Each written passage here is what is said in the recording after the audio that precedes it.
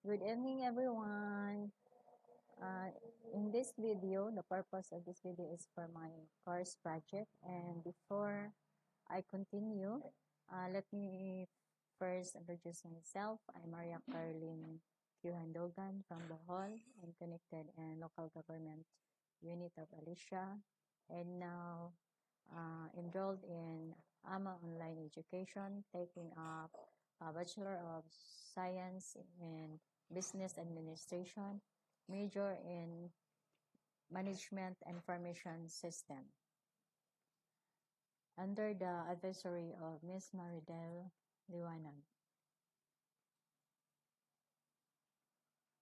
In this video, I was instructed to create a video presentation discussing topics from this course, apply the basic knowledge and learnings attained, demonstrate the knowledge attained through the course by demonstrating the theories, configurations of different networking devices, and application of the topics. Here, the topic need to choose. The Group 1, point-to-point connections, branch connection, access control list. Group 2, network security and monitoring, part 1 and part 2. Quality of service, part 1 and part 2. Group 3, 1 concepts, the network evolution, part 1 and 2, and network troubleshooting. And I choose the group 1.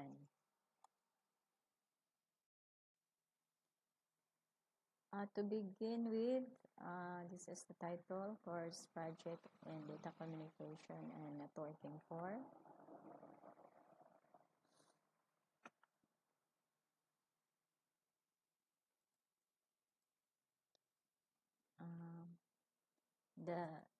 The group discussion with the topic, point-to-point connections, branch connection, access control list. Objectives. The objectives is the configure SDLC encapsulation, explain the fundamentals of point-to-point serial communication across a WAN, configure HDLC encapsulation on a point-to-point serial link, explain how PPP operates across a point-to-point serial link, compare PPP and HDLC, explain the PPP layered architecture and the functions of LCP and NCP.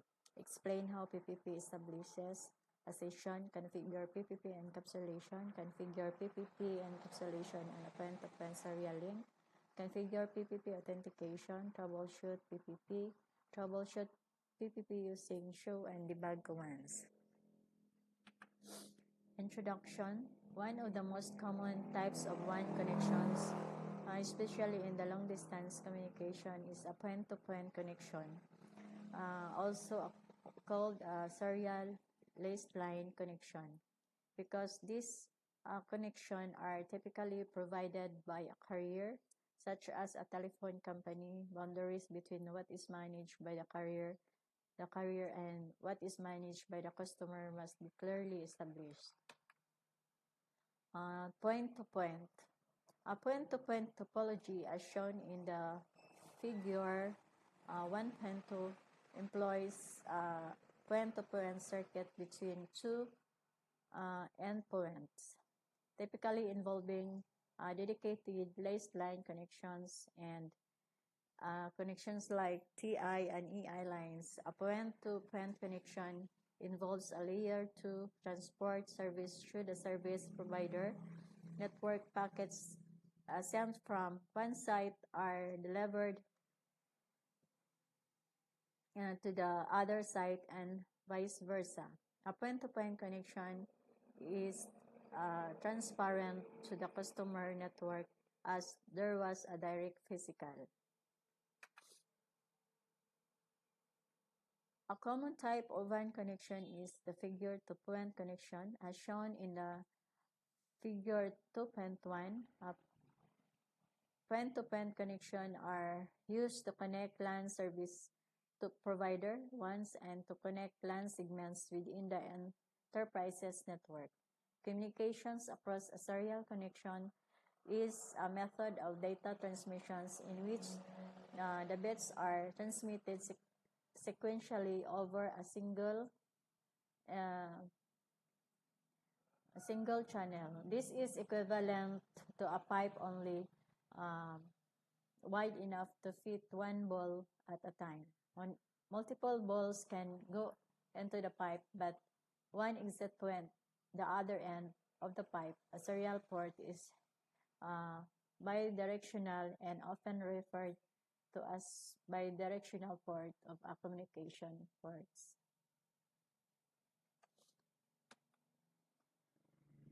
When permanent dedicated connections are required, a point-to-point link is used to provide a single pre-established one communications path. This path goes from the customer premises through the provider network to a remote destination as shown here in the figure. A point-to-point link connection to geographically distant sites such as a corporate office in New York and a regional office in London. For a point-to-point line, the carrier dedicates special resources for a line that is leased by the customer leased line. Point-to-point connections are not limited to connections that cross land. There are hundreds of miles, thousands of miles of undersea fiber optic cables that connect countries and continents worldwide. An internet search of undersea internet cable map produces several cable maps of these undersea connections. Point-to-point links are usually more expensive than shared services. The cost of leased line solutions can become significant when used to connect many sites of increasing distances. However, there are times when the benefits outweigh the cost of the leased line. The dedicated capacity removes latency or jitter between the endpoints. Constant availability is essential for some applications such as VoIP or video over IP. On each one connection, data is encapsulated into frames before crossing the one link to ensure that the correct protocol is used. The appropriate layer to encapsulation type must be configured. The choice of the protocol depends on the WAN technology and the communicating equipment. The figure displays the more common WAN protocols and where they are used. The following are used descriptions of each type of WAN protocol. The HDLC, the default encapsulation type on point-to-point connections, dedicated links and circuit switch connections when the link uses two Cisco devices. HDLC is now the basis of synchronous PPP used by many servers to connect to a WAN, most commonly the Internet. PPP provides router to router and host to network connections over synchronous and asynchronous circuits. PPP works with several network layer protocols such as IPv4 and IPv6. PPP is based on the HDLC encapsulation protocol but also has built-in security mechanisms such as PAP and CHOP.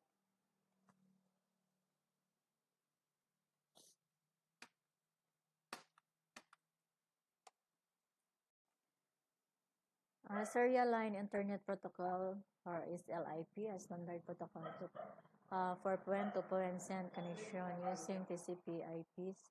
Flip has Same of the been features that largely it displaced offers by which are not PPP. available in SDLC include link X quality 25 management, which link is access a way procedure to balance monitor the quality of a link in LE PPP. When PPP detects PB too many errors in a link, the link is ITU shut down. -T Authentication using standards that PEPM defines or CHAM. how connections PPP between operation is made using DTE three and CE are parameters: maintained for encapsulation remote of frames terminal using access SDLC and protocol, computer LCP, communications in links public data protocol, networks. a link control X125 protocol for specifies establishment, LEPB, configuration, a and data twisting link of the link. NCP layer networks protocol. protocols X25 is a to predecessor negotiate the to different frame layer relay. protocols. Frame relay, an industry standard switch data link layer protocol that handles multiple virtual Link circuits. protocol, ATM, link the control international protocol, standard LCP, for and cell this is relay the in main which protocol devices that send multiple PPP services uses for types its such as operation. voice, LCP works on video top or of layer data, 1 and and it fixed works length by 53 bytes cells. establishing, Fixed length testing, cells and allow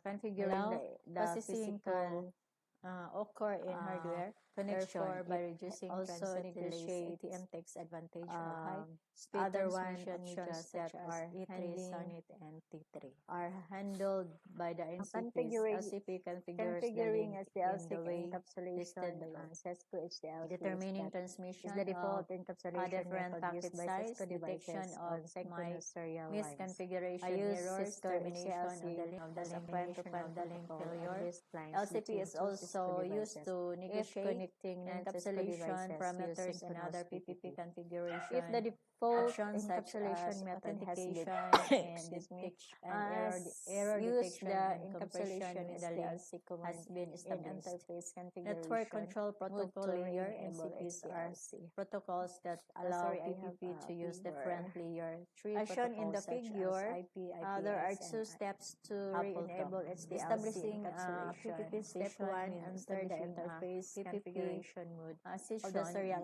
LCP interface. negotiates Enter the the PPP encapsulation configuration SDLC options command at either to point of specify the the link. encapsulation This is protocol and completed the when acknowledgement frames interface. are sent. Troubleshooting a serial interface. All the options for the PCs as well as the interfaces serial to the X routers from the PCs are XF command configured. displays The information routers presented and to our serial task interfaces is only to when configure the SDLC PPP is options configured in on the calculation, serial links. SDLC should be reflected in the The output lab as highlighted requires in the that figure. we configure basic PPP and Serial successful completion. The lab will be 0, determined by 0, the 0 is verification up line. commands as learned. Protocol is up, indicates that the line is up and and functioning. Encapsulation. The main command used PPP, to enable PPP is protocol. encapsulation PPP command. is a The one command protocol should that be works at layer entered 2 by in the serial encapsulating interface of the for router such transmission as shown over below. a variety of Router physical links, router such as config serial interface cables, serial interface cell slash phones, ID fiber optic routing cable, among router others. config plus F number encapsulation PPP. It offers many more features. The command shown such above as does not have any other options. However, such to use as compared to PPP, you must HDLC have and a it is layer open 3 standard. protocol. In our scenario, all we need to do is to enter the command on the serial interfaces of router 1 and router 2 as shown below. So this is the interface serial that we need to enter.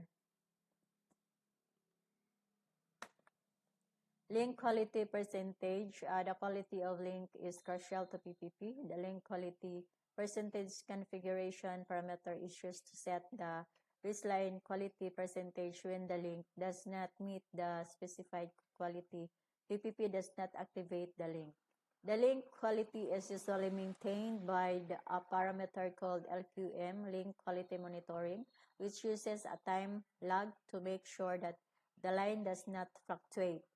To implement link quality percentage as a requirement for PPP establishment, we use the command PPP quality percentage and the interface configuration mode. This is shown below for the one config F number PPP quality 80 and router 2 config F number PPP quality 80. This will ensure that the link meets this threshold for PPP to work.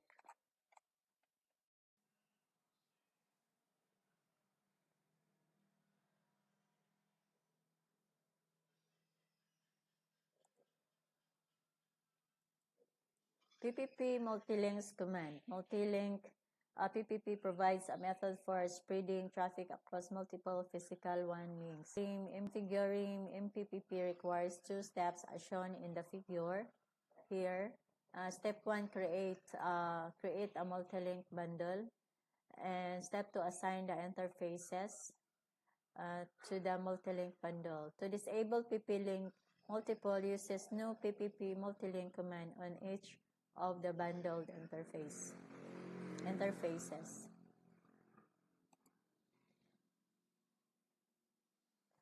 So we are now in the topic 2.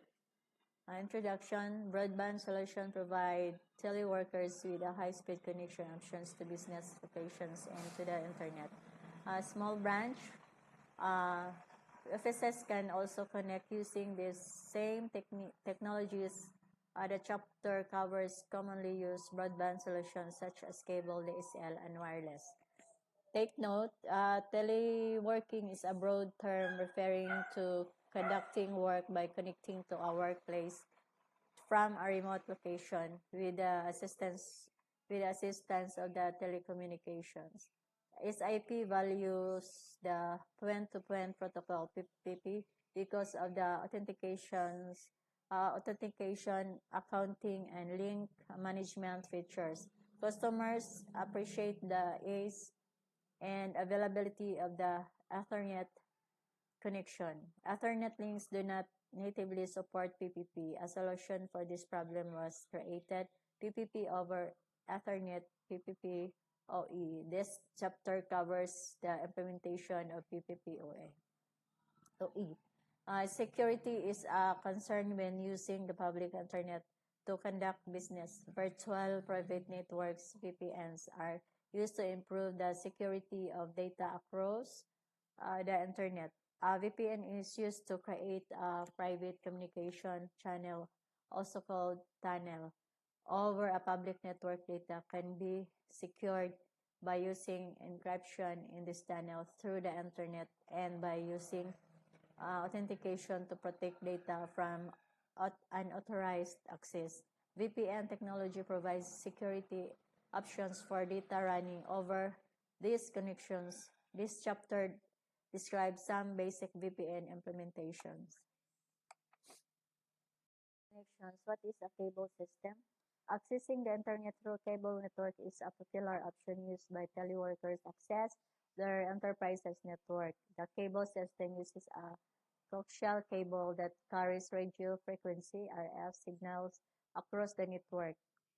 Coaxial cable is the primary medium used to build cable TV systems.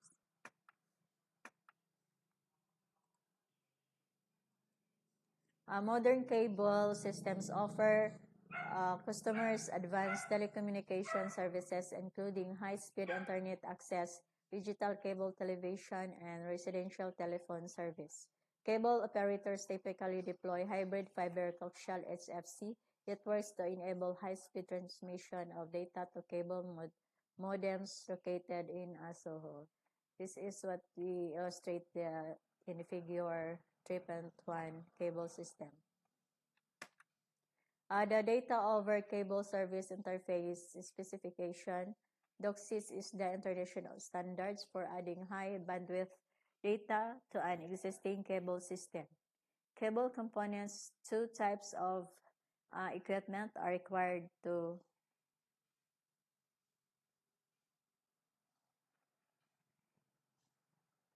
Cable components, two types of equipment are required to send signals upstream and downstream in a cable system. Modem termination system, CMTS, at the head of the cable operator, two cable modem, CM, on the subscriber end.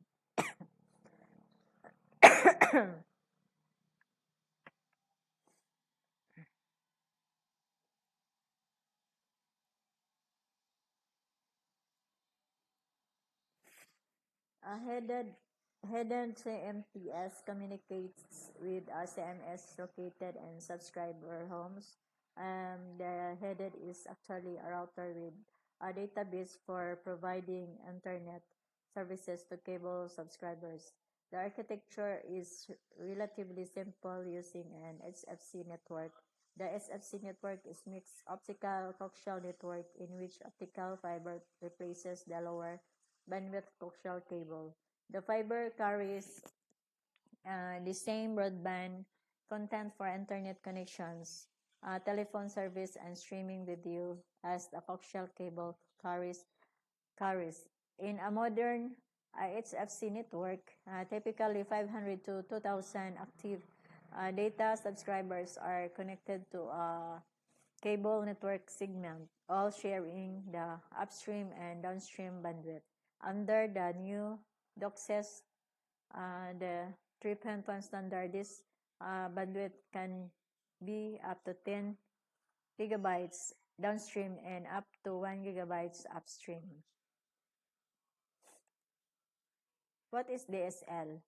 A digital subscriber line, DSL, is a means of providing high-speed connection over installed copper wires. DSL is one of the key teleworker solutions available. The figure 3.3 shows representation of the bandwidth space allocation on a copper wire. Asymmetric DSL, ADSL, the area of labeled paths, plain old telephone system, identifies the frequency range used by the area labeled ADSL represents the frequency space used by the upstream and downstream DSL signals. The area that encompasses both the paths area and the ADSL area represent the entire frequency range supported by the copper wire pair.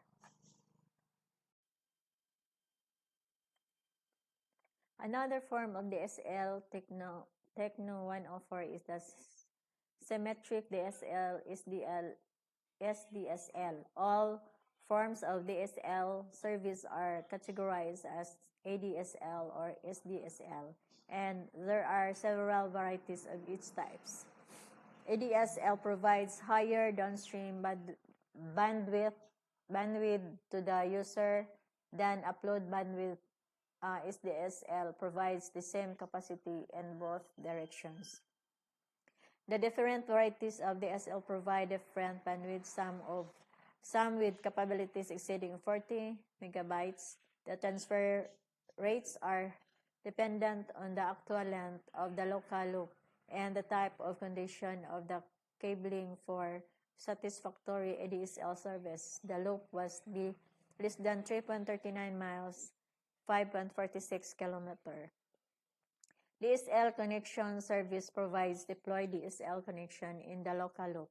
The connection is set up between a pair of modems on either end of a copper wire that extends between the customer premises equipment, CPE, and the DSL access multiplexer DSL-AM. DSL-AM is the device located at the central office CO of the provider and concentrates connections from multiple DSL subscribers. DSL-AM is often built into an aggregation router. So this is the figure 3.4 DSL connection, part 1.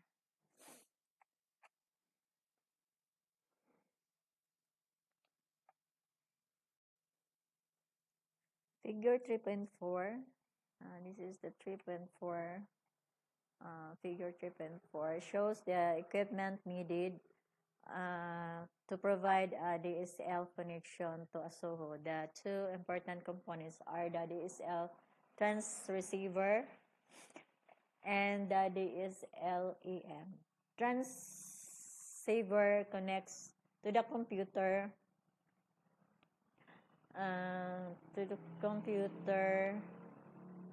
of the teleworker to the DSL. Usually the transceiver is a DSL modem connected to the computer using USB or Ethernet cable. Typically, DSL transceivers are built into small routers with multiple switch ports suitable for home office use.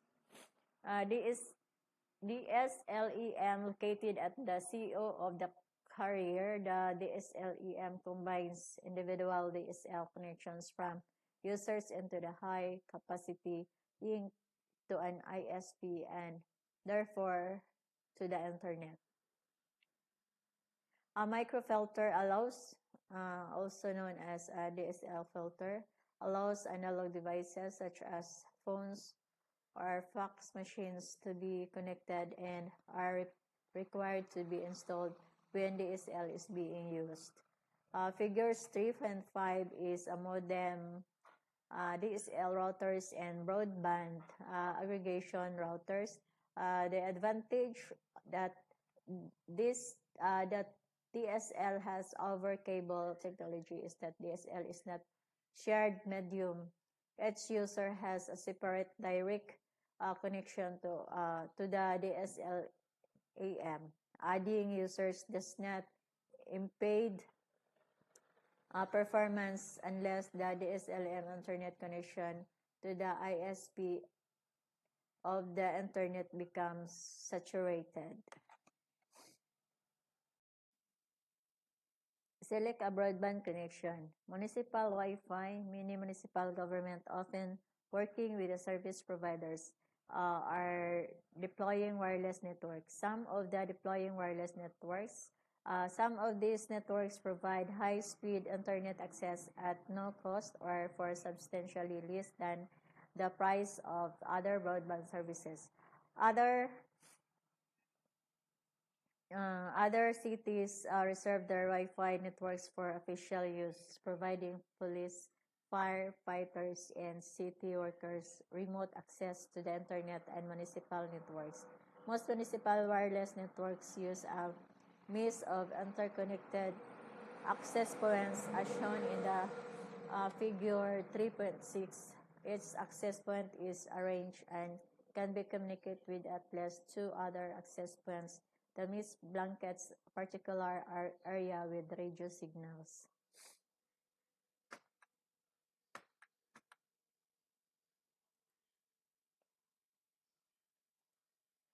Cellular or mobile phones use radio waves to communicate through nearby cell towers. The mobile phone has a small radio antenna. The provider has much larger antenna that sits at the top of a tower as shown in the figure 3.7.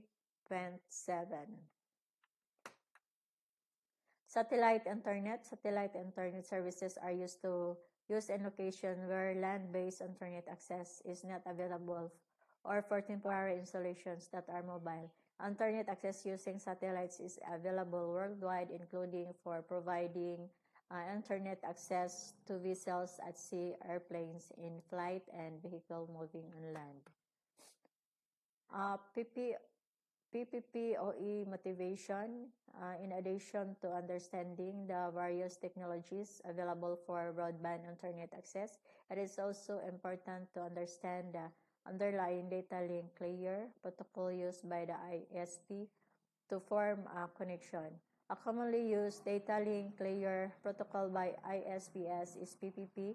PPP can be used on all serial links, including those links created with dial-up analog and ISDN modems to the day of the link from a dial-up user to an ISP. Using analog modems likely uses PPP. Figure 3.8 shows the basic representation of the analog dial connection with PPP. And the 3.8 P frames over legacy dial-up connection. Additionally, IPS often PPP has the data link protocol over broadband connections. These are several reasons for this. First, PPP supports the ability to assign IP-enabled ISPs can use PPP to assign its customer one public IPv4 address. More importantly, PPP support CHOP authentication. EVPs often want to use CHOP to ISPs can check accounting records to determine whether the customer's bill is paid prior to letting the customers connect to the internet. This came to market in the following order with varying support for PPP. Analog modems for dial-up that could use PPP and CHOP, ISDN for dial-up that could use PPP and CHOP, DSL which did not increase a point-to-point link and could not support PPP and CHOP.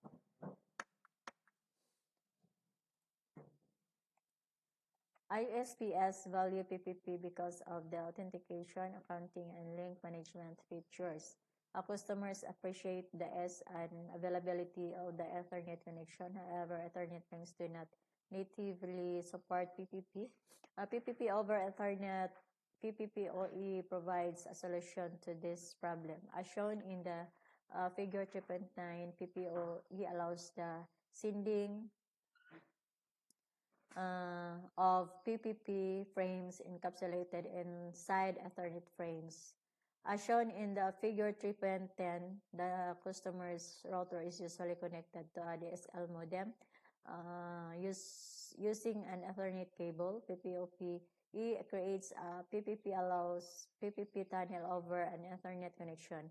This allows PPP frames to be sent across the Ethernet cable to the ISP from the customer's router. The modem converts the Ethernet frames to PPP frames by stripping the Ethernet headers.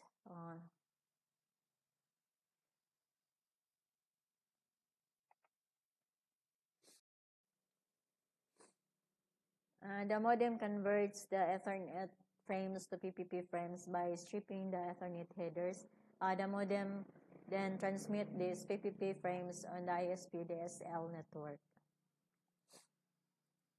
PPOE configuration with the ability to send and receive PPP frames between the routers. The ISP could continue to use the same authentication model as the analog and ISDN. To make it all work, the client and ISP routers need additional configuration, including PPP configuration as shown in the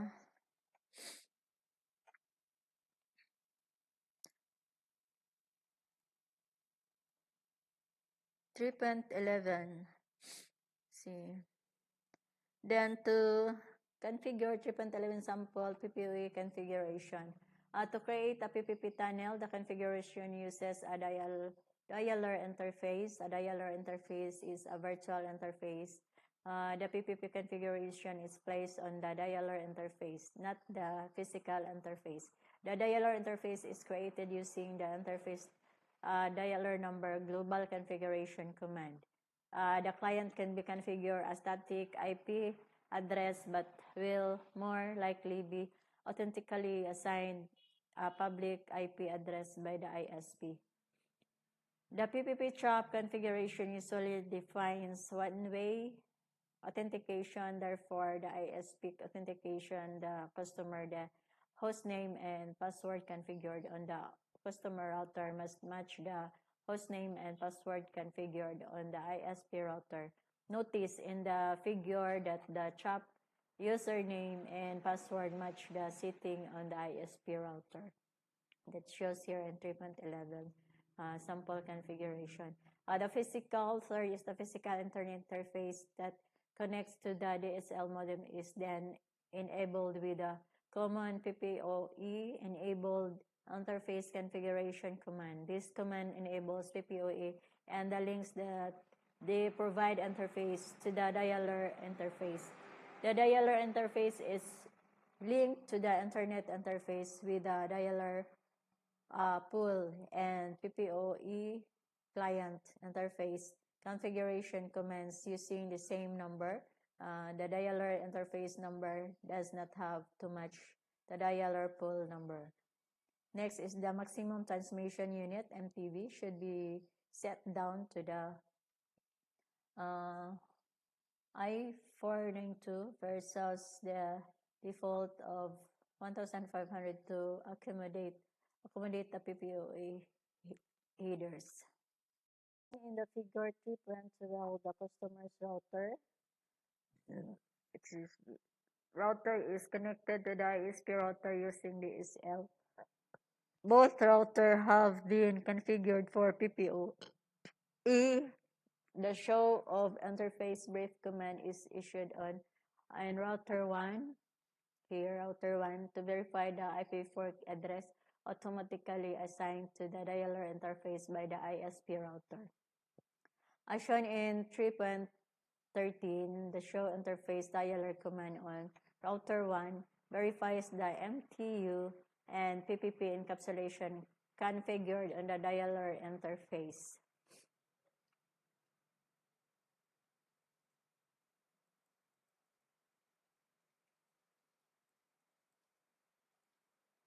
Fundamentals of VPNs, introducing VPNs. Organizations need secure, reliable, and cost-effective ways to interconnect multiple networks, such as allowing branch offices and suppliers to connect to a corporation headquarters network. Additionally, with the growing number of teleworkers, enterprises have an increasing need for secure, reliable, and cost-effective ways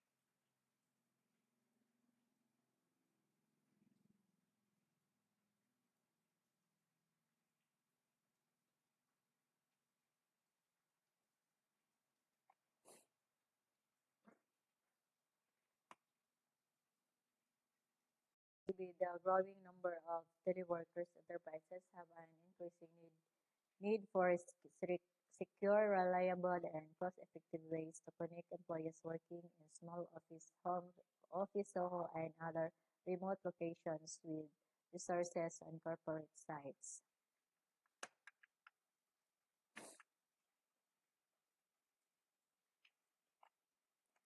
As shown in the figure 3.24, organization use VPNs to create an end-to-end private network connection over third-party networks, such as the internet.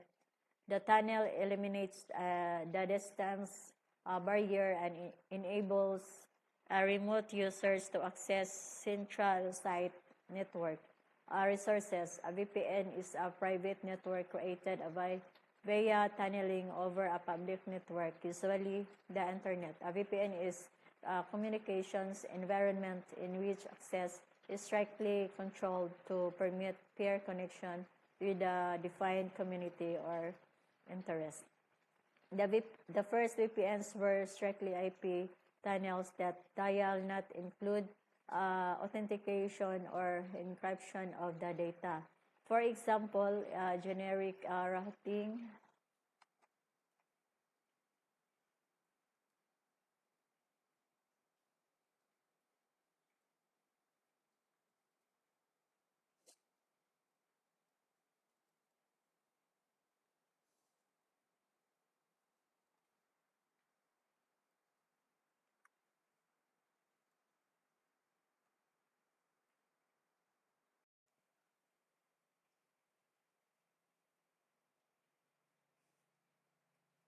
VPN is a communications environment in which access is strictly controlled to permit peer connection with a defined communication of interest. The first VNS were strictly IP tunnels that did not include authentication or encryption of the data. For example, generic routing encapsulation (GRE) is a tunneling protocol developed by Cisco that can encapsulate a wide variety of network layer protocol packet types inside IP tunnels, but it doesn't support encryption. This creates a virtual point-to-point link to Cisco routers of remote points over an IP enter network. Today, a secure implementation of VPN with encryption such as IPsec VPNs is what is usually meant by virtual private networking. To implement VPNs, a gateway is necessary. The VPN gateway could be a router, a firewall, or a Cisco adapted security appliance (ASA). And ASA is a standalone firewall device that combines firewall, VPN concentrator, and intrusion prevention functionality into one software image. As shown in the figure 3.25, a VPN uses a virtual connection that are routed through the internet from the private network of an organization to the remote site or employee host. The information from a private network is securely transported over the public network to form a virtual network.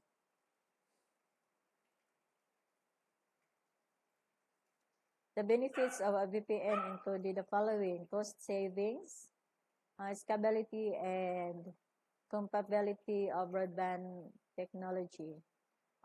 Cost savings, VPNs enable organizations to use cost-effective third-party internet transport to connect remote offices and remote users to the main site, therefore eliminating expensive dedicated WAN links and modem banks. Furthermore, with the advent or cost-effective high-bandwidth technologies such as DSL, organization can use VPN to reduce their connectivity cost while simultaneously increasing remote connection bandwidth. Scalability: VPNs enable organizations to use the internet infrastructure within the ISPs and devices, which makes it easy and add new users. Therefore, organizations are able to add large amounts capacity without adding significant infrastructure. Capability with a broadband technology, VPNs allows mobile workers and telecommuters to take advantage of high-speed broadband connectivity such as DSL and cable to access their organization networks. Broadband connectivity provides flexibility and efficiency. High-speed broadband connection also provide a cost-effective solution for connecting remote offices. Security: VPNs can include security mechanisms that provides the highest security by using advanced encryption and authentication protocols that protect data from unauthorized access.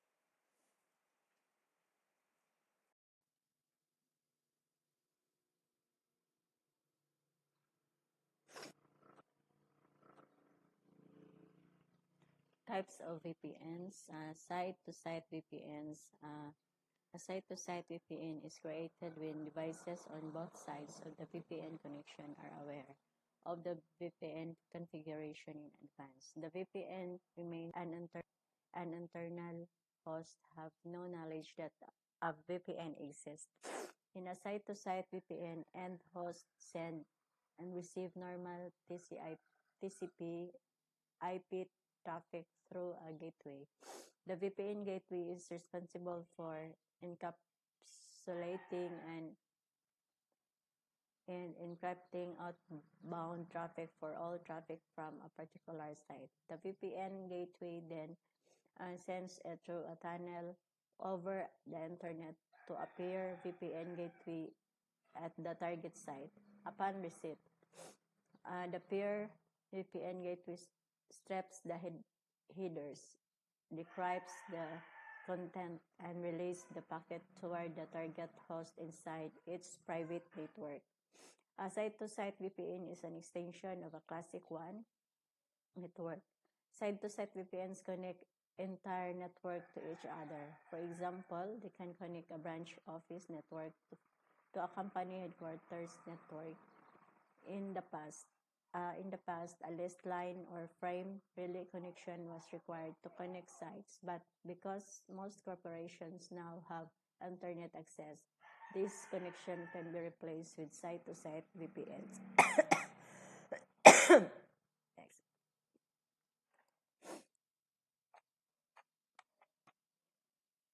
Remote access VPNs, where a site-to-site VPN is used to connect entire networks. A remote access VPN supports the needs of telecommuters, mobile users, and external consumer to business traffic. A remote access VPN is created when VPN information is not statically set up, but instead allows for dynamically changing information and can be enabled and disabled.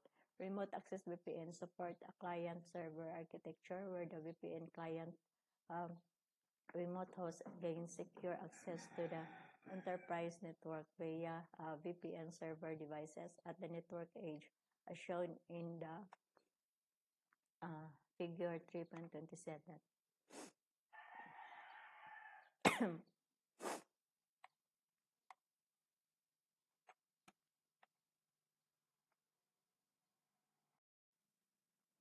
Remote access VPNs.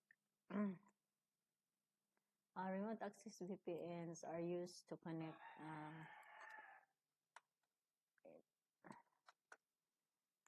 individual hosts that must access their company networks securely over the internet. Internet connectivity used by telecommuters is typically a broadband connection.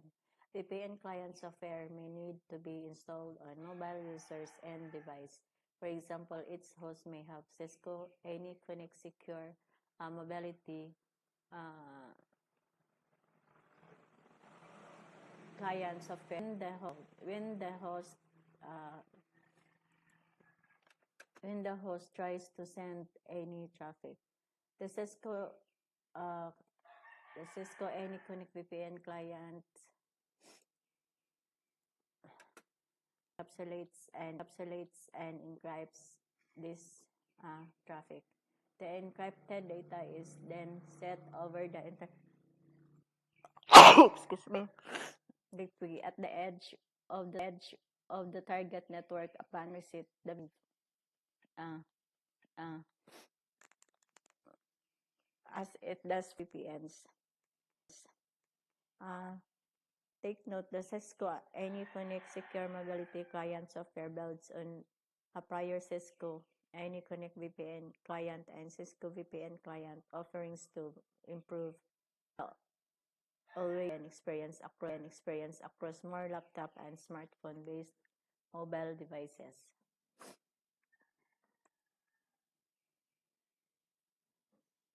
The MVPN, the Dynamic Multi-Point VPN, is a Cisco software solution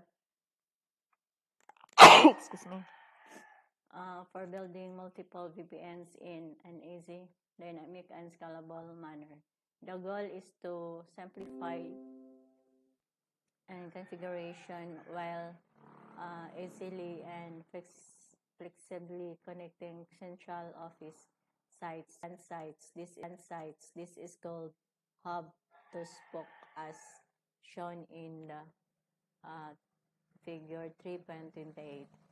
With the MVPN's branch sites can also communicate directly with other branch sites, as shown in the figure 3.29. Is built using the following technologies. Next, hub resolution protocol in HRP, multi-point generic routing encapsulation and three tunnels is security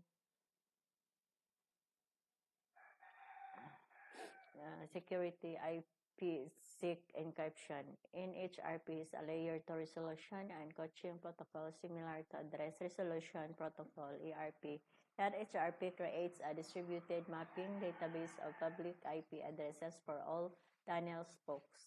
NHRP is client-server protocol consisting of the NHRP hub known as the Next Hub Server, NHS, and the NHRP spokes known as the Next Hub Client, NHCS.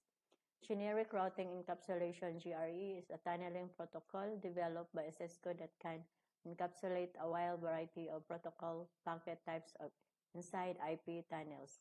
The MGRE tunnel interface allows a single GRE interface to support multiple IPsec tunnels with MGRE. Dynamically allocated tunnels are created through a permanent tunnel source at the hub and dynamically allocated tunnel destinations created as necessary at the spokes. This reduces the size and simplifies the complexity of the configuration. Like other VPN types, the VPN relies on IPsec to provide secure transport of private information over public networks such as the internet. GRE overview. Generic routing encapsulation (GRE) is one of the example of a basic, non-secure site-to-site VPN tunneling protocol. GRE is a tunneling protocol packet types inside IP tunnels. GRE creates a virtual point-to-point link to Cisco routers at remote points over an IP and enter network. GRE is designed to manage the transportation of multi-protocol and IP multicast traffic between more sites that may only have IP connectivity if can encapsulate multiple protocol packet types inside a tunnel.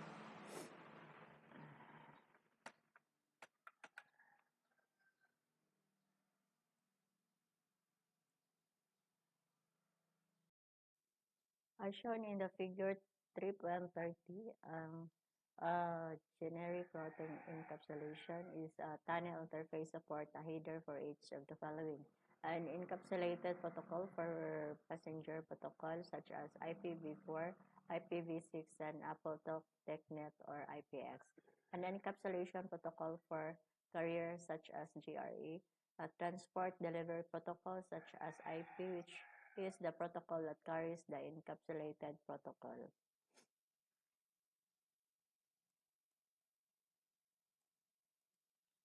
GRE characteristic. GRE is a tunneling protocol developed by Cisco that can encapsulate a wide variety of protocol packet types inside IP tunnels, creating a virtual point-to-point link to Cisco routers at remote points over an IP enter network. IP tunneling using GRE enables network expansion across a single protocol backbone environment. It does this by connecting multi-protocol subnetworks in a single protocol backbone environment. GRE has the characteristic. GRE is defined as an IETF standard RPC 2784. In the outer IP header 47 issues the protocol field to indicate that a GRE header will follow. GRE encapsulation uses a protocol type field in the GRE header to support the encapsulation of any OSI layer 3 protocol. Protocol types are defined in RFC 1700 as enter types. GRE itself is stateless by default. It does not include any flow control mechanism. GRE does not include any strong security mechanisms to protect its payload. Yet the GRE header together with the tunneling IP header indicated the figure creates at least 24 bytes of additional overhead for tunnels packets. Configure GRE. GRE is used to create a VPN tunnels between two sites as shown in the 3.32. To implement a GRE tunnel, the network administrator must first learn the IP address of the endpoints. After that, there are 5 steps of configuring a GRE tunnel. First is create tunnel interface using interface tunnel number command. Configure an IP address for the tunnel interface. This is normally a private IP address. Number 3, specify tunnel source IP address. 4, specify the tunnel destination of IP address. 5, optional, specify GRE tunnel mode as the tunnel interface mode. GRE tunnel mode is the default tunnel interface mode for Cisco iOS software. The example configuration in figure 3.33 illustrate the basic GRE tunnel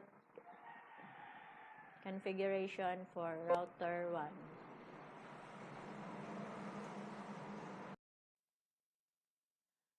The configuration of router 2 in figure 3.34. Here's the router 2. And the configuration of mirrors the configuration of router 1. The minimum configuration requires specification of tunnel source and destination addresses. The IP subnet must also be configured to provide IP connectivity across tunnel link. Both tunnel interfaces have the tunnel source set as the local serial S000 interface and the tunnel destination set as the peer router serial S000 interface. Private IP address is commonly assigned the tunnel interface on both router.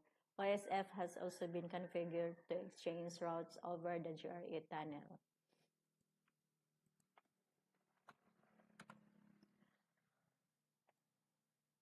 The individual GRE tunnel command description are displayed in figure 3.35. Take note that when configuring GRE tunnels, it can be also difficult to remember which IP networks are associated with the physical interfaces and with IP network are associated with the tunnel interfaces. Remember that before GRE tunnel is created, the physical interface have already been configured. The tunnel source and tunnel destination commands reference the IP addresses of the pre-configured physical interfaces. The IP address command on the tunnel interfaces refers to an IP network, usually a private IP network specifically selected for the purpose of the GRE tunnel.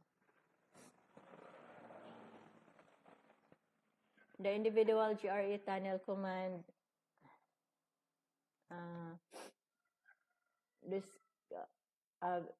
take note when configuring it can be difficult. See.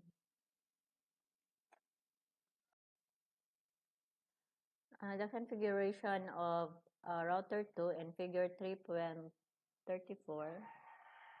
Here's the router 2. And the configuration of mirrors the configuration of router 1. The minimum configuration requires specification of tunnel source and destination addresses. The IP subnet must also be configured to provide IP connectivity across tunnel link. Both tunnel interfaces have the tunnel source set as the local serial S000 interface and the tunnel destination set as the peer router serial S000 interface.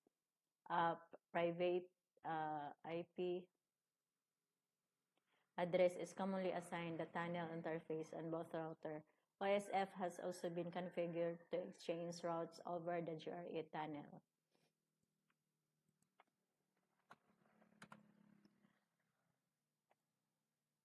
The individual GRE tunnel command description are displayed in figure 3.35.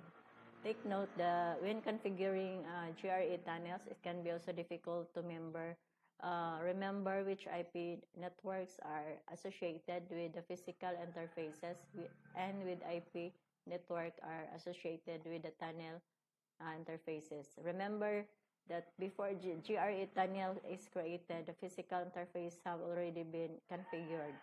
The tunnel source and tunnel destination commands reference the IP addresses of the pre-configured physical interfaces. The IP address command on the tunnel interfaces refers to an IP network, usually a private IP network specifically selected for the purpose of the GRE tunnel. The individual GRE tunnel command this take note when configuring it can be difficult. See.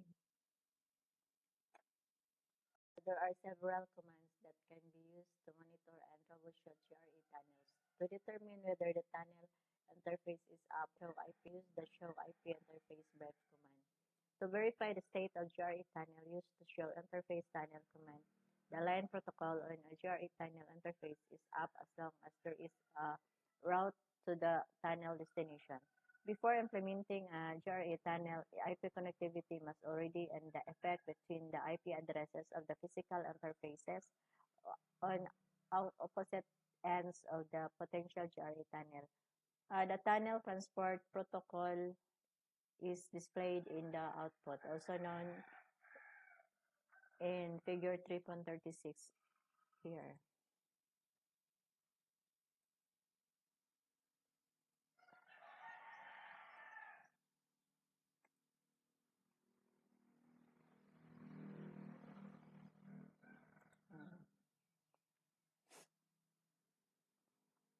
If OSP has also been configured to exchange routes over the GRE tunnel, verify that an OSPF adjacency has been established over the tunnel interface using show IP OSPF neighbor command.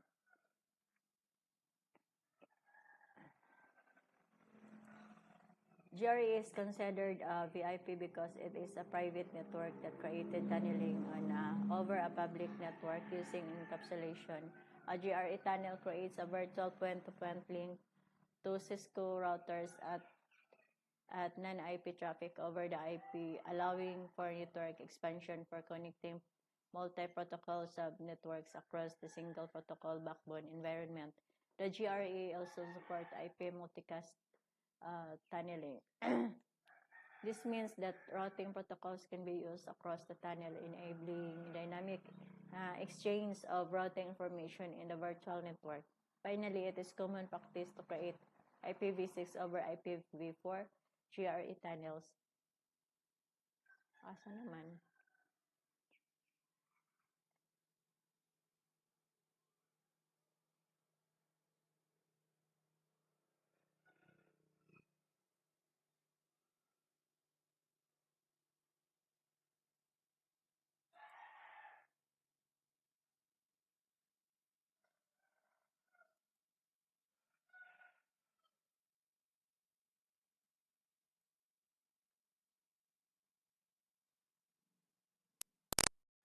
GRE is considered a VPN because it's a private network that is created by tunneling over a public network using encapsulation. A GRE tunnel creates a virtual point-to-point link to Cisco routers at remote points over an IP network. The advantage of GRE are it can be used to tunnel non-IP traffic over an IP network, allowing for network expansion by connecting multi-protocol, also support IT multicast tunneling. This means that routing protocols can be used across the tunnel, enabling dynamic exchange of routing information in the virtual network. Finally, it is common practice to create IPv6 over IPv4 GRE tunnels, where IPv6 is the encapsulated protocol and IPv4 is the support transport protocol. In the future, these roles will likely be reversed as IPv6 takes over as the standard IP protocol. However, GRE does not provide encryption or any other security mechanisms. Therefore, data sent across a GRE tunnel is not secure. If secure data communication is needed, IPsec or SSL VPN should be configured.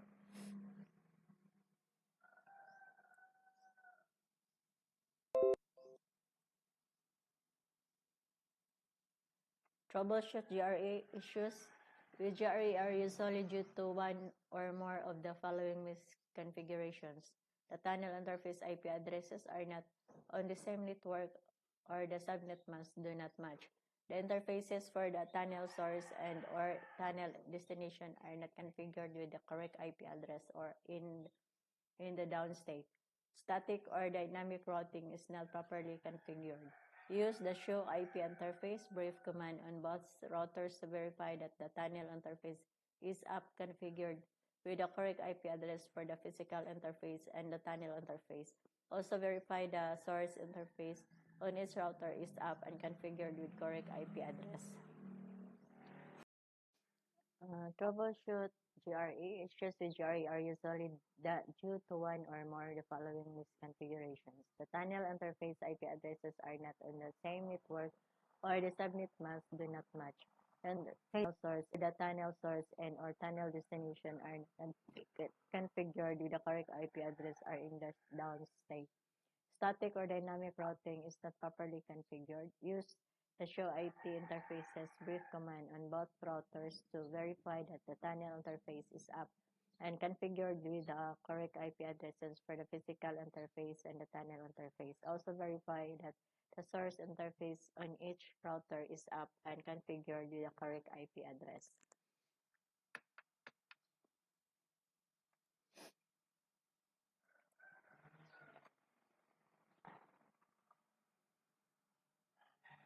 Introductions. One of the most important skills a network administrator needs is the mastery of access control, less ACLS. ACLS provide packet filtering capabilities to control traffic flow. Network designers use firewalls to protect network from unauthorized use. Firewalls are hardware or software solution that enforce network security policies. Consider a lock on a door to a room inside a building. The lock allows only authorized users with a key or access card to pass through the door. Similarly, a firewall filters unauthorized, potentially dangerous packets from entering the network. On a Cisco router, you can configure a simple firewall that provides basic traffic figuring capabilities, filtering capabilities using ACLS. Administrators use ACLS to filter traffic, allowing blocking specified packets on their networks. This chapter explains how to configure and troubleshoot extended IPv4 ACLS and IPv6 ACLS on a Cisco router as part of the security solution. Included are tips or considerations, recommendation, and general guidelines on how to use. Access control list. An ACL contains a sequential list to permit or deny statements known as access control entries. ACEs are also commonly called ACL statements. IPv4 ACS include the use of wildcard masks, which are a string of 32 binary digits used by the router to determine bits of the address to examine for a match. Access control list ACL operations. You can configure one ACL protocol to control traffic flow on the interface. An ACL must define for each protocol enabled on the interface. One ACL per direction. ACL's control traffic is one of the direction at a time on the interface. Two separate ACLs must be created to control inbound and outbound traffic. One ACLs per interface. ACLs control traffic for an interface, for example, gigabyte Ethernet 0/0, 0/0. With two interfaces and two protocols running, this router could have a total of 8 ACLs applied.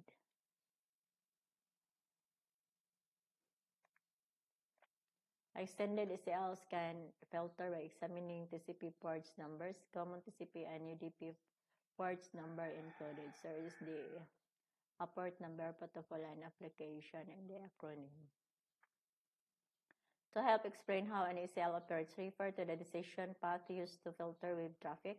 An ACL has been configured to permit web access to users from network A but deny all other services to network A users. Deny HTTP access to users from network B but permit network B users to have all other access.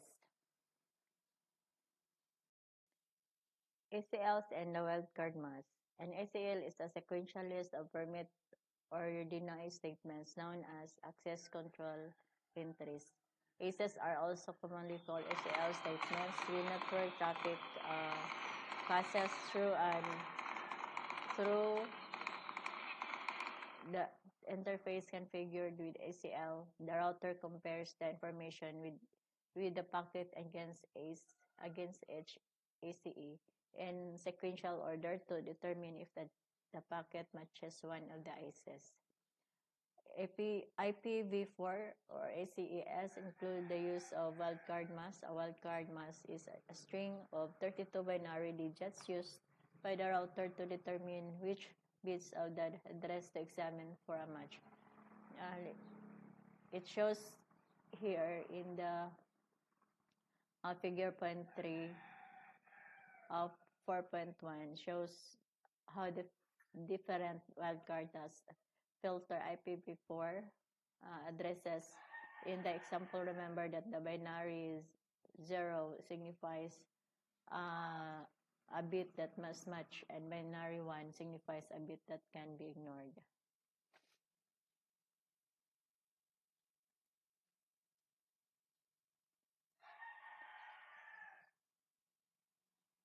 In figure 4.2 provides these examples wildcard masks that match subnets.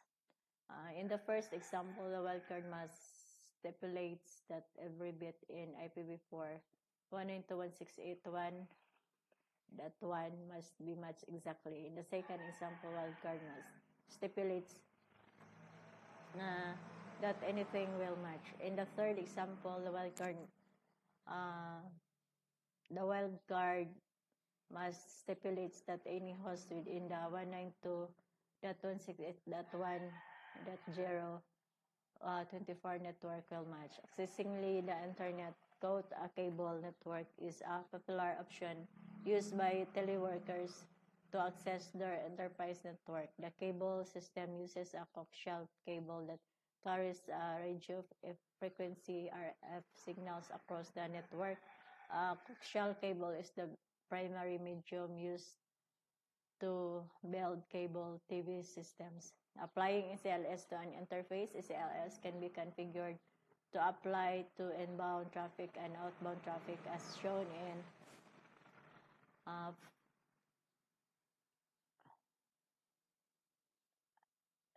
4.3.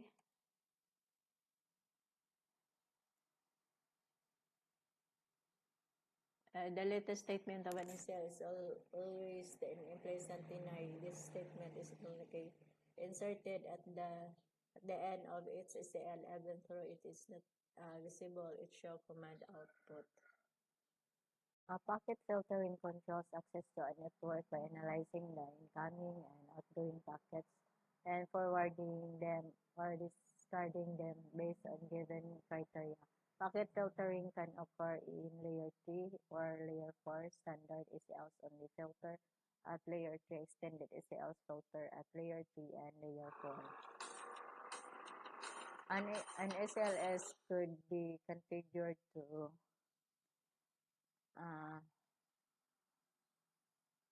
logically permits web access to users from network A but deny all other services to network A users. Deny HTTP access to users from network B but permit network B users to have all other across. Refer to the figure to the examine to the decisions path. The packet filter users to accomplish this task for the scenario. The packet filter looks at each packet as follows. If the packets as its TCP sync from a network A using port 80, it is allowed to pass. All other access is denied to those users. If its packet is to TCP and if from network is B using port 80, it is blocked. However, all other access is permitted. This is just a simple example. Multiple rules can be configured to further permit access to specific users.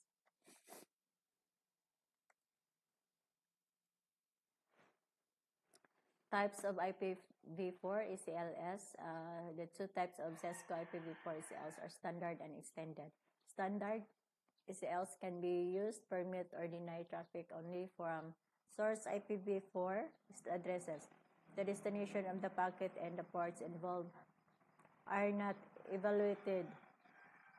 In the figure 4.9 allows all traffic from the 192.168.130.0 or 24 network because of the implied deny any at the end. All traffic except for traffic coming from the 192.168.30/24 network is blocked with this ACL standard. ACLs are created in global configuration mode. Extended ACLS IPv4 packets based on several attributes. Protocol type, source IPv4 address, destination IPv4 address, source TCP or UDP ports, destination TCP or UDP ports, optional protocol type information for finer control.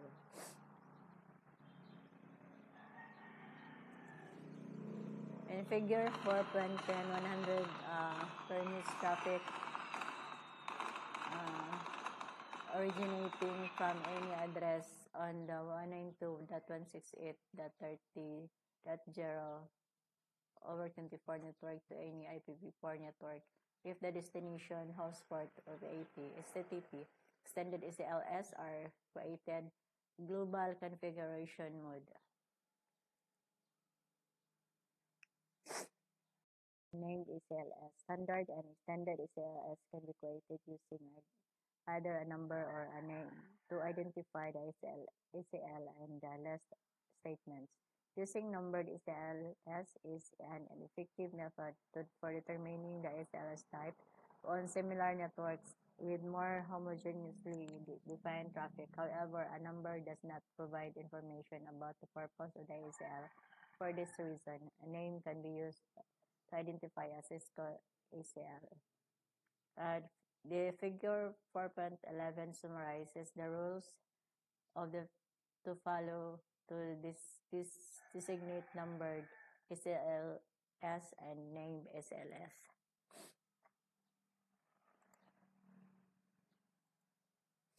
Where to place ECLS? Every ECL should be placed where it has the greatest impact on efficiency, as shown in the 4.2 basic rules are extended ECLs located extended ECLs are close as possible to the source of the traffic to be filtered. This way, undesirable traffic is denied close to the source network without crossing the network infrastructure. Standard ECLS because standard ECLS do not specify destination addresses. Place them as close to the destination as possible. If the standard ECLS was placed at the source of the traffic, the permit or deny will occur based on the given source address, no matter where the traffic is distant.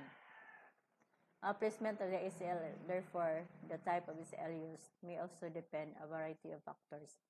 The extent of the network administrator's control placement of the ECL can depend on whether or not network administrator has control or both the source and destination networks. Bandwidth of the networks involved filtering unwanted traffic at the source prevent transmission of the traffic before it consumes bandwidth of the path to a destination. This is specifically important in low bandwidth networks. Ease of configuration. If a network administrator wants to deny traffic coming from several networks, one option is to use a single standard ECL on the router closest to the destination. The disadvantage is that traffic from these networks will use bandwidth unnecessarily. An extended ACL could be used on each router where the traffic originated. This will save bandwidth by filtering a traffic at the source, but requires extended ACLs on multiple routers.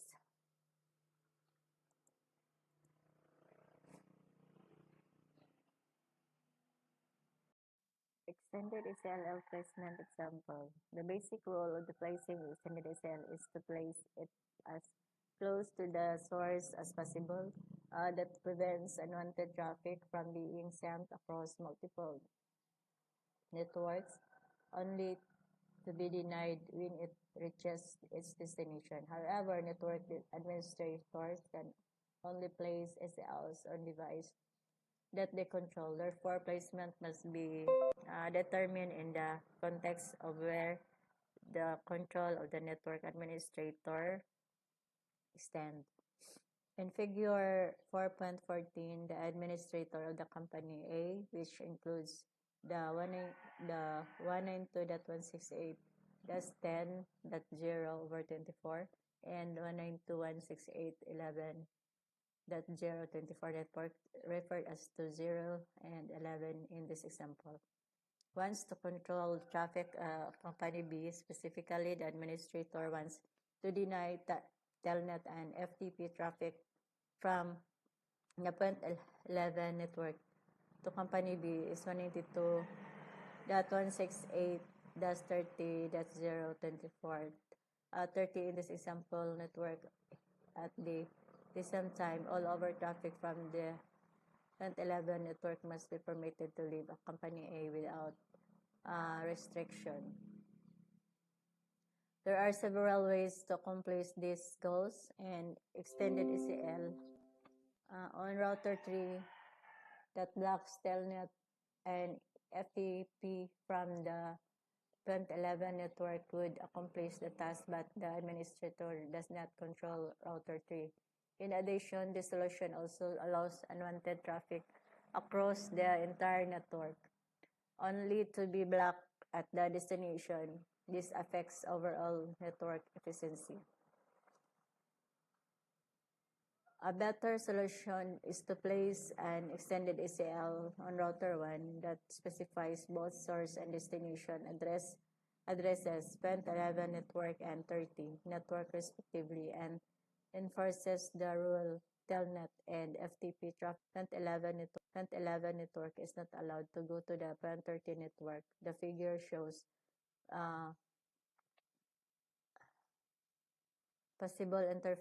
more possible interfaces on router 1 to apply the extended ACL. On router S000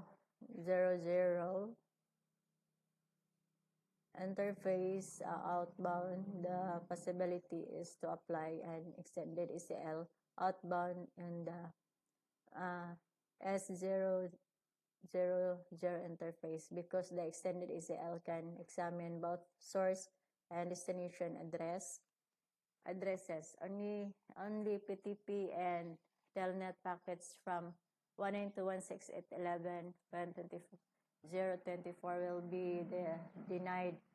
Other traffic from 192.168.11.0/24 and other networks will be forwarded by router 1. The disadvantage of placing the extended ACL on the interface is that the traffic existing as S000 must be processed by the ACL, including packets from 192.168.10.0/24, router 1 G0/1 interface inbound, applying an extended ACL to traffic entering the J0.1/1 interface means that only packets from the 192.168.11.0/24 network are subject to ACL processing on router 1, because the filter is to to be limited to only those packets leaving the processing on router 1 because leaving the 192.168.11.0/24 network, applying the extended ECLs to G0's cache 1 is the best solution.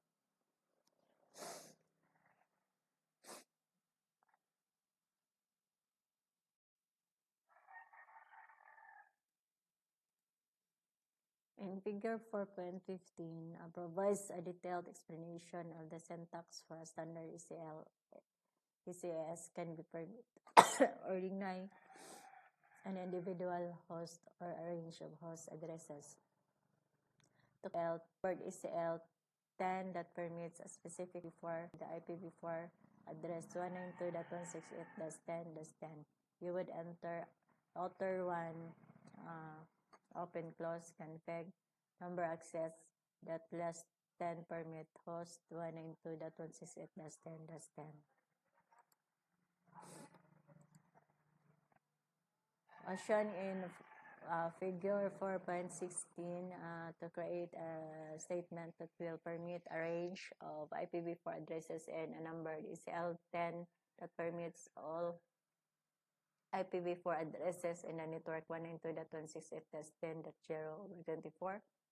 You would enter access less than permit 192.168.10.000.2.5. To remove an ECL, the global configuration that access less than commands is used. Issuing the shows access less command confirms that access less than has been removed. As shown in Figure 4.17, the remark keyword is used for documentation and makes access less a great deal easier to understand when reviewing the ECL in the configuration using the show running config command. The remark is also displayed. After a standard IPv4 ECL is configured, it is linked to an interface using the IP access group command in interface configuration mode. In access group, access list number 1, access list name, in or out. To remove an ECL from an interface, first enter the number IP access group command on the interface and enter the global no access list command to remove the entire ECL. The figure shows the example of an ECL design permits single network only traffic from the 192.168.10.0/24. Network will be permitted out the serial 000 interface.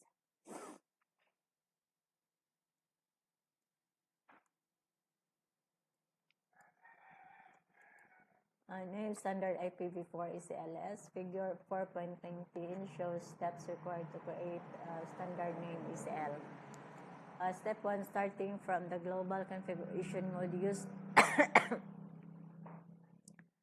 the IP access list command to create a name ECL. ECL names are alphanumeric, case sensitive, and must be unique.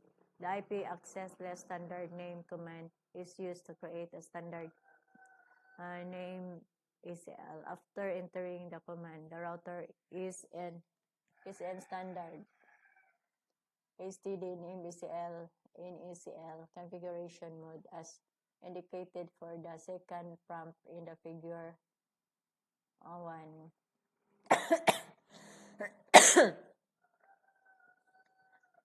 Step 2, from the name ECL configuration or deny statement to specify one of conditions for whether a packet is forwarded or dropped. You can use remark to add a command to the ECL.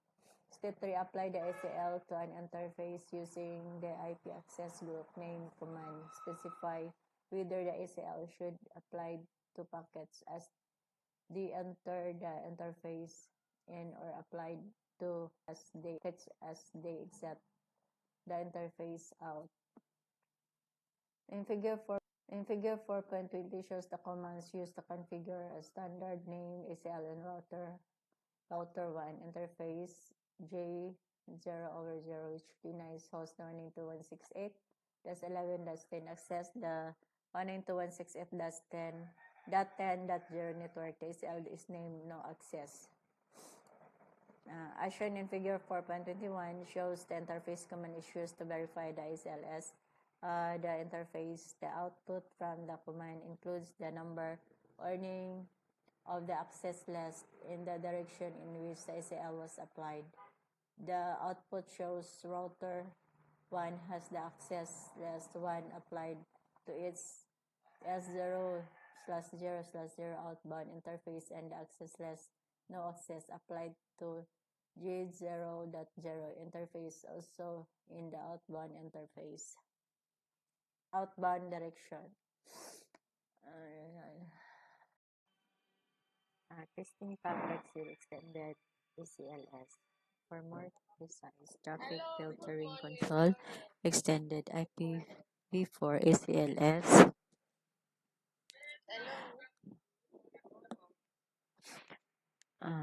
For more precise traffic filtering control, extended IPv4 ACLS can be created.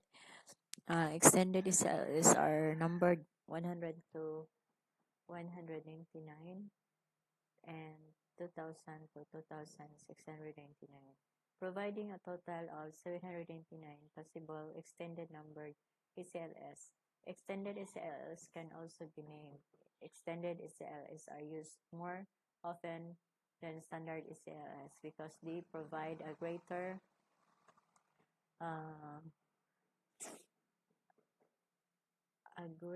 degree of control, as shown in the figure here.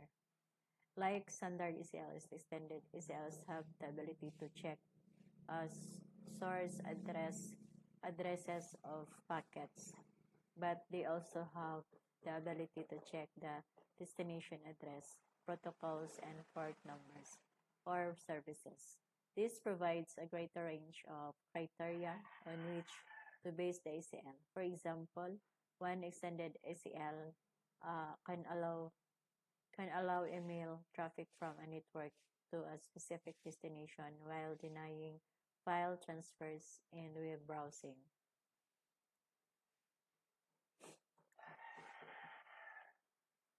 Filtering ports and services. The ability to filter on protocol and port number allows network administrators to build very specific extended ACLS. An application can be specified by configuring either the port number or the name of a well-known port. In figure 4.24 shows some examples of how administrator specifies TCP or UDP port number by placing it at the end of extended ACL statement. Logical iteration can be used, such as equal, EQ not equal, in NAQ greater than, G than, and less than LT.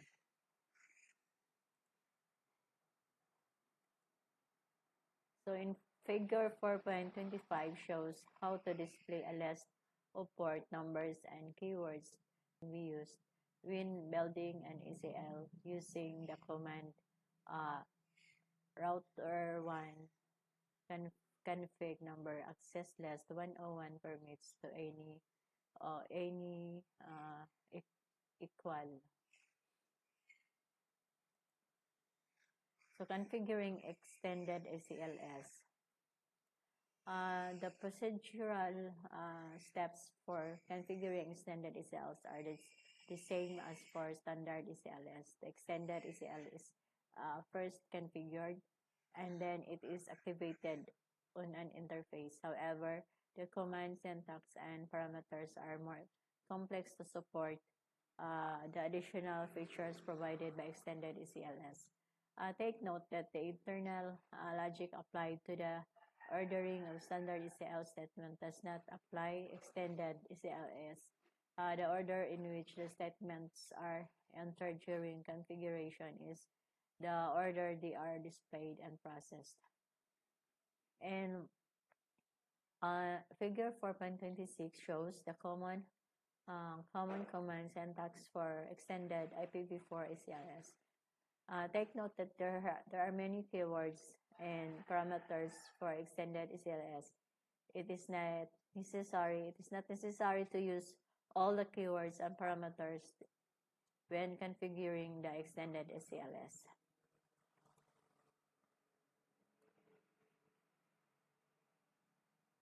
Creating name extended ECLS.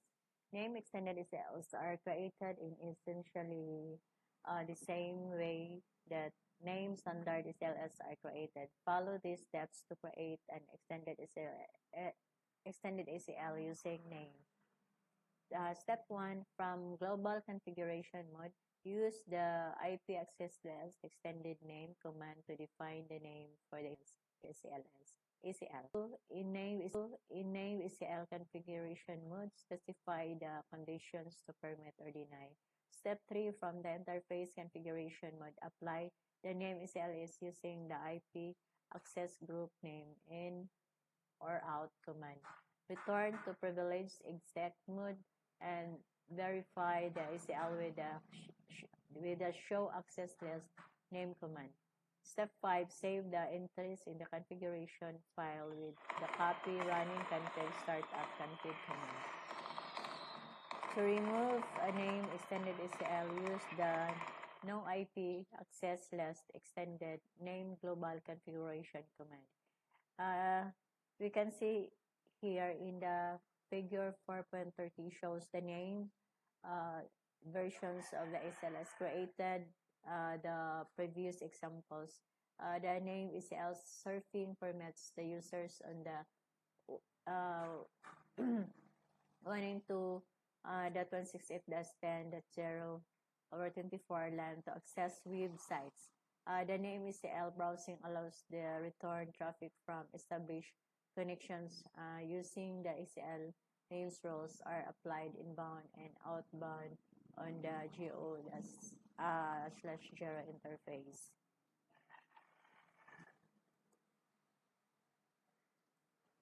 Verifying extended ECLs. Here we can see after the ECLs have been configured and applied to an interface, use Cisco iOS shell commands to verify the configuration. In the figure, the top example shows the Cisco iOS command used to display the content of all ECL. Excuse me.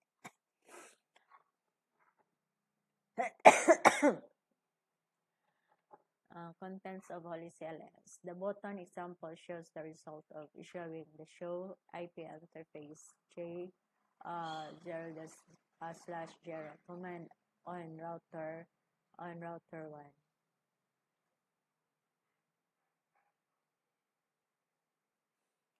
Processing packets with ECLs, inbound and outbound ECL logic. Inbound ECL logic, if the information in the packet header and on ECL statement match, the rest of the statements in the list are skipped. The packet is permitted or denied as specified by the match statement. If a packet header does not match an ECL statement, the packet is tested against the next statement in the list. This matching process continues until the end of the list is reached. At the end of every ECL is the statement is an implicit deny any statement. This statement is not shown in an output. This final implied statement applied to all packets for which conditions did not test true. This final test condition matches all other packets and results in a deny action. Instead of proceeding into OR into or out in the interface, the router drops all these remaining packets. The final ECL should have the last one permit statement in it. Otherwise, the ECL is block all traffic. Outbound ECL logic. Before a packet is forwarded to an outbound interface, the router checks the routing table to see if the packet is routable. If the packet is not routable, it is dropped and is not tested against the ACS. Next, the router checks to whether the outbound interface is grouped to an ACL. If the outbound interface is not grouped to an ACL, the packet can be sent to the output buffer. Examples of outbound ECL operation are as follows. No ECLs applied to the interface. If the outbound interface is not grouped to an outbound ECL, the packet is sent directly to the outbound interface. ECL applied to the interface. The outbound interface is grouped to an outbound ECL. The packet is not sent out on the outbound interface until it is tested by the combination of ACS that are associated with interface based on the ACL test. The packet is permitted to or denied. For outbound, last permit means to send the packet to the output buffer, and deny means to discard the packet.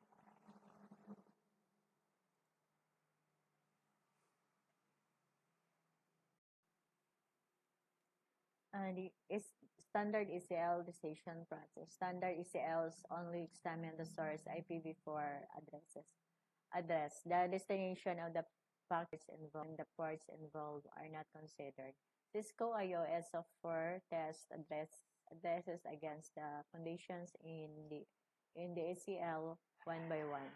The first match determines whether the software accepts or rejects the address because the software stops testing conditions after the first match.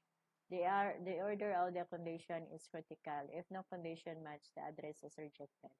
Extended ECL decision process. The logical decision path used by an extended ECL belt to filter on source and destination addresses and protocol and port numbers.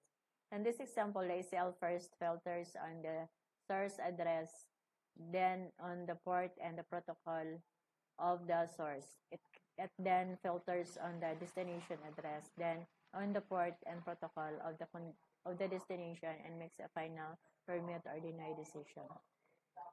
Recall that entries in ECLs are processed one after the other. So, a no decision does not necessarily equal a deny. As you go through the logical decision path, note that no means go to the next entry until a condition is matched. In figure 4.32, troubleshooting IPv4 SLS example.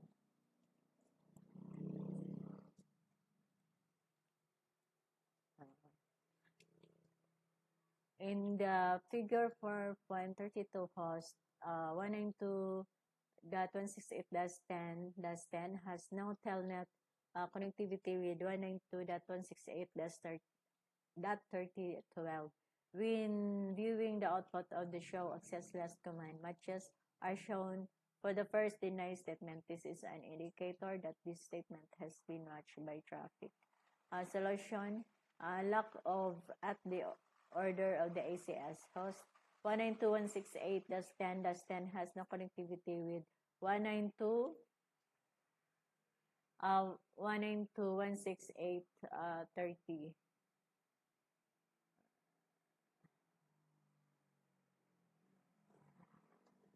That 12 because of the order of rule 10 and the access list, because the router processes SLS from the top down. Statement 10 denies host 910 19.2.168.10.10. So statement 20 can be never be matched. Statement 10 and 20 should be reversed. The last line allows all other non-TCP traffic that fails under IP, ICMP, UDP, etc.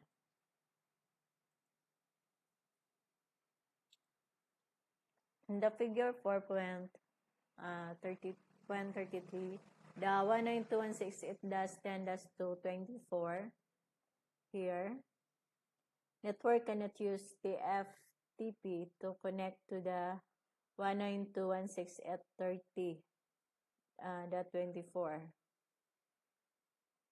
here.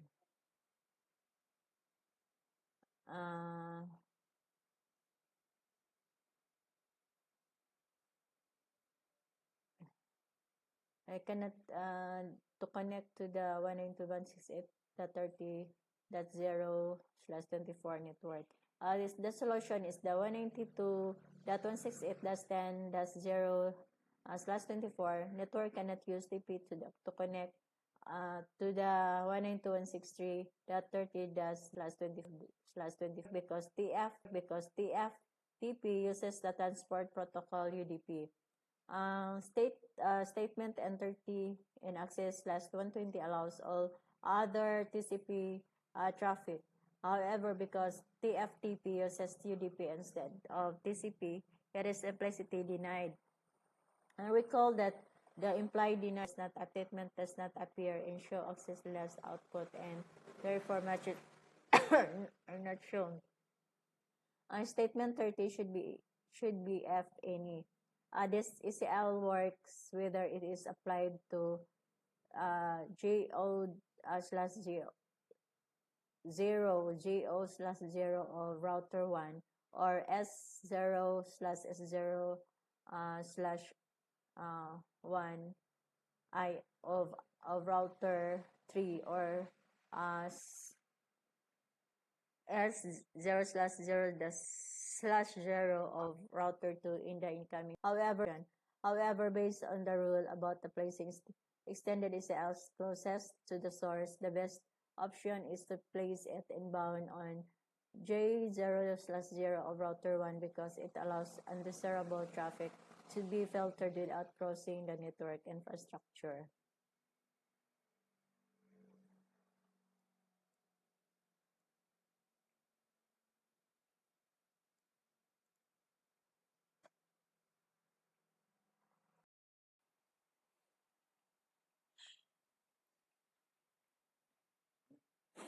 By default, a router does not filter traffic. Traffic that enters the router is routed solely based on information within the routing table.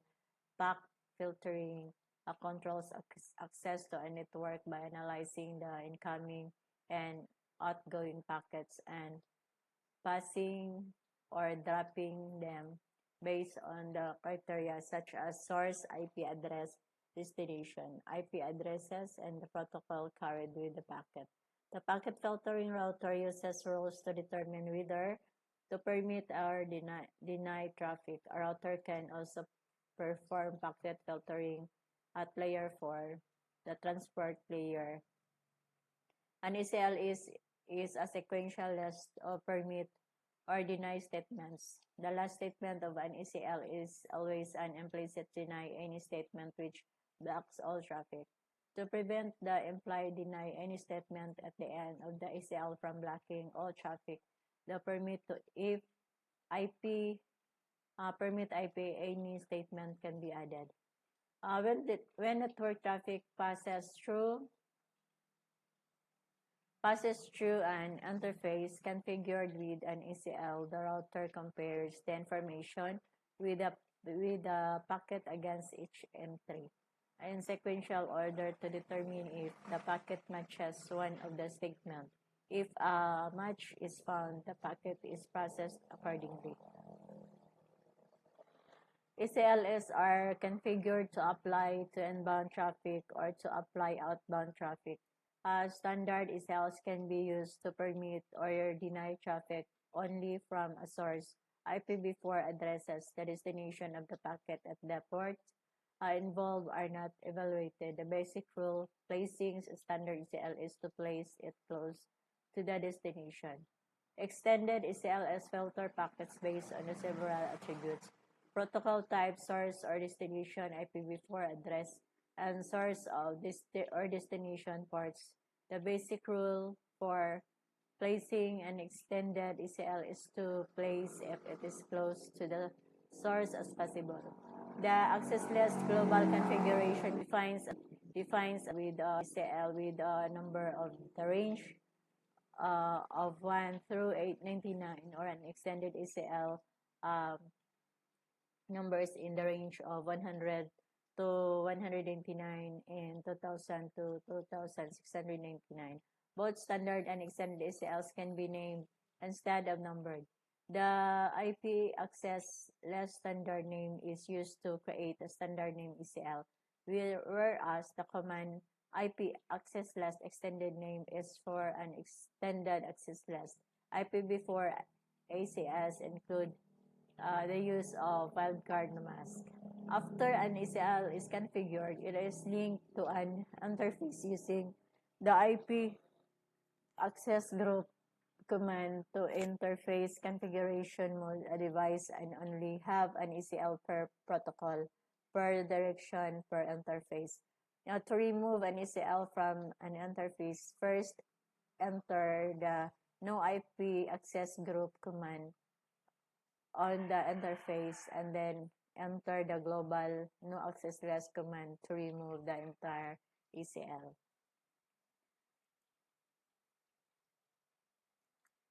So that's the end of my topics, and thank you.